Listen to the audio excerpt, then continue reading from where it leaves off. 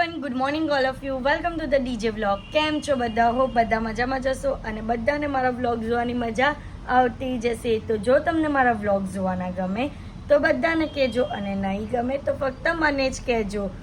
તો આજે શુક્રવાર છે અને આજના દિવસે હું જે પણ કરીશ તે બધું તમને બતાવીશ. તો વ્લોગને એન્ડ તક જોવાનું ભૂલતા નહીં અને જેમ સપોર્ટ કરો છો તેમ જ સપોર્ટ કરજો.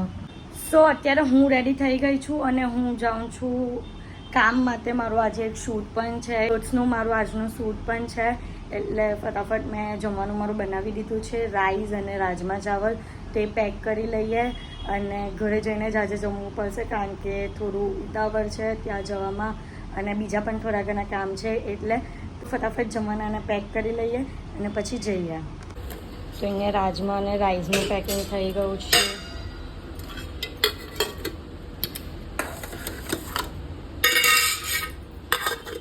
એક ડબ્બો સંજનાની ત્યાં મોકલવાનું, એક મારા ઘરે મોકલવાનું મારા માટે. એટલે ગાઈઝ ગરમ ગરમ લાગે છે. હેલો તો ગાઈઝ, હાર્દિકે અત્યારે તમે જ્યારે વિડીયો જોશો ત્યાર તકમાં તો એ વિડીયો અપલોડ થઈ ગયો હશે. હાર્દિકે ભોળેનાથનો એટલે કે શંકર ભગવાનને રિલેટેડ એક વિડીયો બનાવ્યો છે. એક નહીં એટલે કે 2-3 બનાવ્યા છે. એટલે તો એમના શૂટ માટે અત્યારે ગયેલા છે. તો તમને થોડી ઘણી ક્લિપ એમની પણ બતાવો અને એ વિડીયો જોઈને તમે એટલે કે અત્યારે તમને એનું થોડું ઘણું જે BTS હશે તે જોવા મળશે અને એ વિડીયો તમને જોવો હોય તો તમે એમની ઇન્સ્ટા આઈડી પર જઈને પણ જોઈ શકો છો. તો અત્યારે મારી આઈડી પર મહાદેવ દાદાનું શૂટ કરી છે. શિવરાત્રી આવે છે એટલે તો આ ભાઈ અત્યારે મહાદેવ દાદા બન્યા છે. જો એમનો હાથ જો ગાઈસ, ફૂલ મહેનત ચાલી રહી છે. તો મારો ફાઇનલ વિડીયો બની ગયો છે કે આજે આવી ગયો છે, તો ઇન્સ્ટાગ્રામ પર જોઈ લો. આ ભાઈની પણ ખૂબ મહેનત છે, જોઈ લો. ભાઈ આ માળાવાળા પહેરી છે અને ફૂલ મહેનત કરી છે. તો ગાઈઝ ફૂલ સપોર્ટ કરજો વિડીયોને અને આ કન્ટેન્ટ તમને 100% ગમશે. 100 એટલે 100% ગમશે. ઇન્સ્ટાગ્રામ આઈડી છે, ફટાફટ જઈને જોઈ આવો વિડીયો અને ફોલો નહીં કર્યું તો ફોલો કરી દેજો. સો અત્યારે હું શૂટની લોકેશન પર પહોંચી ગઈ છું, બટ ત્યાં કોઈક બીજાનો શૂટ ચાલે છે એટલે ત્યાં તક આપણે શૂટ નથી કરતા. અને અહીંયા બહુ બધી ખાવા પીવાની જગ્યા છે. મારી પાસે સબવે છે, પછી માલતીનો છે, તો આપણે પેટ પૂજા થોડી ઘણી કરી લઈએ. ભલે અમને જમીન આવ્યા તો પણ પેટ પૂજા કરી લઈએ. એના પછી પાછા ઉપર એમનો કોલ આવશે એટલે આપણે શૂટ પર જશું. તો આજે મારું શૂટ કરશે મમ્મી ને અમે વેઇટિંગ કરીએ છીએ પિઝાનો, હજી આવ્યું નથી. તો અમે મંગાવેલા હતા તારકોસ, તો આવી ગયા છે તારકોસ. ચલો ચાલો તો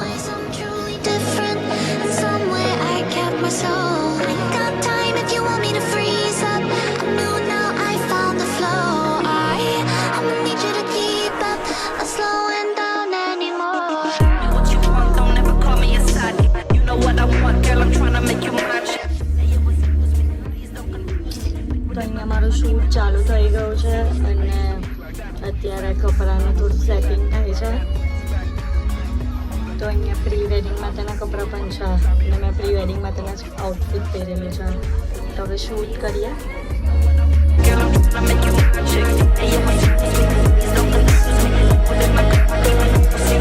તો અત્યારે શૂટ કમ્પ્લીટ કરીને ઘરે આવી ગઈ છું અને હું સીધી આવીને બેડ પર, કારણ કે વાગી ગયા છે 5:30.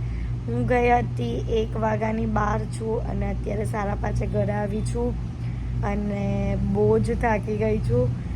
સો હવે થોડો ટાઈમ આરામ કરીએ અને રાત્રે પણ આજે કશે જવાનું છે. તો વ્લોગને એન્ડ તક જોવાનું ભૂલતા નહીં, કારણ કે આજે હું તમને ટીપ આપીશ કે સિમ્પલ મેકઅપ કઈ રીતના થાય. તો જે આપણે નોર્મલ કોઈ ફંક્શનમાં જવાનું હોય અને બહુ હેવી બેઝનો મેકઅપ નહીં કરવો હોય તો સિમ્પલ મેકઅપ કઈ રીતના કરવું અને કેવી રીતના એ સિમ્પલ મેકઅપ પણ અટ્રેક્ટિવ લાગે એ હું તમને બતાવીશ. તો વ્લોગને એન્ડ તક જોવાનું ભૂલતા નહીં. સો આજે આપણે કરશું આટલામાંથી જ મેકઅપ અને બહુ જ ઇઝી, નો ફાઉન્ડેશન મેકઅપ કરશું. તો હું તમને બતાવું કે કઈ રીતના કરશું તે. સો સૌથી પહેલાં મેં મારી સ્કિનની ઉપર ટોનર અને મોઇશ્ચરાઇઝર લગાવી દીધું છે. તો હવે આપણે એના પછી જે કરવાનું હોય કે પ્રાઇમર લગાવવું. મોઇશ્ચરાઇઝર પછી હંમેશા પ્રાઇમર લગાવાય. તો હવે આપણે પ્રાઇમર લગાવશું. તો પ્રાઇમર લગાવ્યા પછી આપણે નો ફાઉન્ડેશન મેકઅપ કરવાનો છે, એટલે કન્સીલર લેશો. તો મારી પાસે સ્વીઝ બ્યુટીનું કન્સીલર છે, એ બહુ જ અફોર્ડેબલ પ્રાઇસમાં છે. તો એ કન્સીલર હું લગાવીશ અહીંયા આઈસ પાસે. પછી મને જ્યાં પિમ્પલ છે એ એરિયામાં, ત્યાં પિમ્પલ છે એ પાસમાં, નોઝ પર અને દાઢી પાસે અને આ પાસમાં. હવે આપણે એને ફિંગર ટુ બ્લેન્ડ કરશું. તો કન્સીલરને બરાબર બ્લેન્ડ કરી દીધું છે. તો હવે આપણે એના પછી લગાવશું થોડું બ્લશ.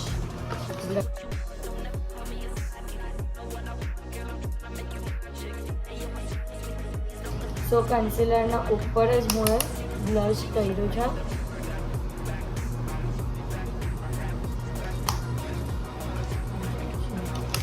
આપણે એના પર થોડુંક પાવડર અપ્લાય કરીશું. પાવડર હું યુઝ કરું છું લેક્મેનો પાવડર યુઝ કરું છું. એ પણ સ્કિન ટોનને રિલેટેડ જ છે.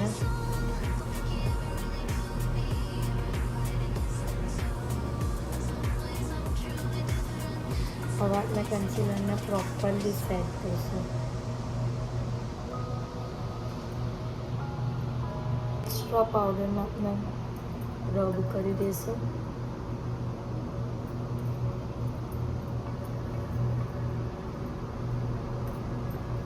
સો આ એકદમ જ સિમ્પલ બેઝ રેડી છે, નેચરલ બેઝ. તો હવે નોર્મલ બેઝિક આઈ મેકઅપમાં હું લઈશ સ્કિન ટોન પિંક કલર અને ફૂલ આઈસ પર કરી દઈશ. સેમ બીજી બાજુ આના પર કરીશ થોડો બ્રાઉનિશ શેડ પોઇન્ટેડ બ્રશથી લઈને ઇફેક્ટ.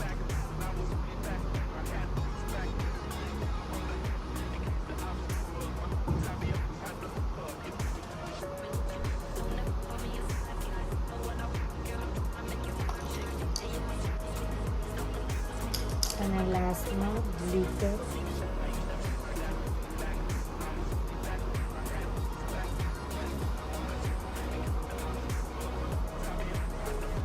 આ આઈ મેકઅપ પણ ડન છે. એન્ડ હવે લાસ્ટ પાર્ટમાં આપણે કરીશું લિપસ્ટિક, જે હું ચૂઝ કરું છું ઓલવેઝ ન્યૂડ.